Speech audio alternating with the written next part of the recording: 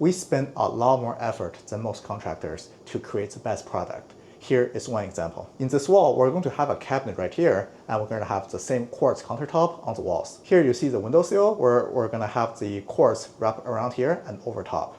This plug here was originally over here. If you look closely, there's a line, and here, this is where the original plug was. That meant when the quartz came up, it either had to be notched into a U shape, or we had to go with a much narrower quartz, making it look different than this section of the wall. I had no idea how feasible it would be to move the plugs up. I decided to take a chance, cut the wall open, and take the chance of having to repair the wall without moving the plug. Fortunately, there is some slack in the wire, so I was able to move the plug from here slightly up to this direction. Now the plug just barely clears the line, which means we can have the same height of quartz on here and on here.